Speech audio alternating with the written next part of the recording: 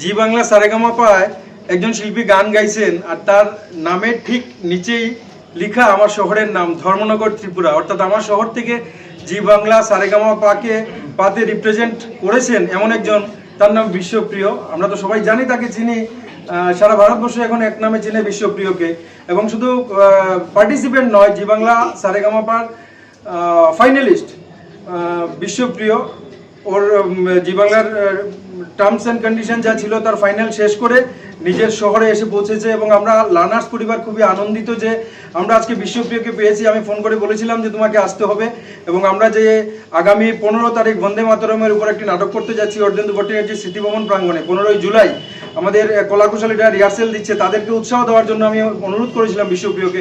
এক বাক্যে সে বলেছে দাদা আমি আসবো, এবং আজকে আমাদের রিহার্সেল রুম নাট্য সৃষ্টিতে সে এসছে। আমরা লার্নার্সের তরফ থেকে অনেক অনেক ধন্যবাদ জানাই তাকে, এবং আমরা গর্বিত যে ধর্মনগর থেকে ও এত বড় একটা জায়গায় নিজেকে প্রতিষ্ঠিত করতে পেরেছে। ওর বিশ্বপ্রিয়র আরো অনেক উন্নতি হোক, আরো অনেক বড় মঞ্চে তাকে আমরা দেখতে চাই। থ্যাংক ইউ সো মাচ দাদা, থ্যাংক ইউ সো মাচ। আমি একটা জিনিস স্পেশালি বলতে চাইবো, এই যে রুমটা, আপনি যদি একটু কাইন্ডলি রুমটাকে মানে দর্শকদের কাছে দেখান।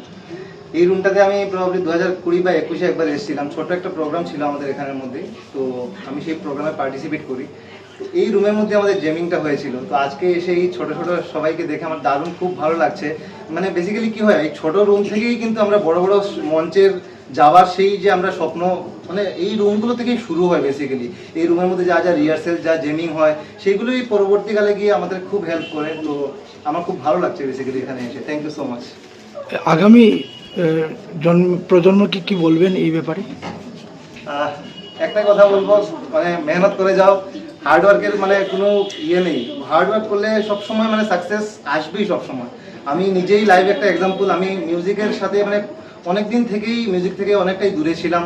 তো আমি চেষ্টা করেছি যতটুকু সম্ভব, বাকিটা তো আপনারা দেখেছেনই যা যতটুকু গিয়ে পৌঁছেছি। তো আমি সেটাই বিশ্বাস করি যে হার্ডওয়ার্ক কখনো মানে ফেইলিয়ার হয় না। হার্ডওয়ার্ক সবসময় আমাদেরকে কিছু না কিছু শিখিয়ে দেবে, আর সাকসেস আফটার অল আসবেই হার্ডওয়ার্ক যদি ভালো করে কেউ করে। Thank you.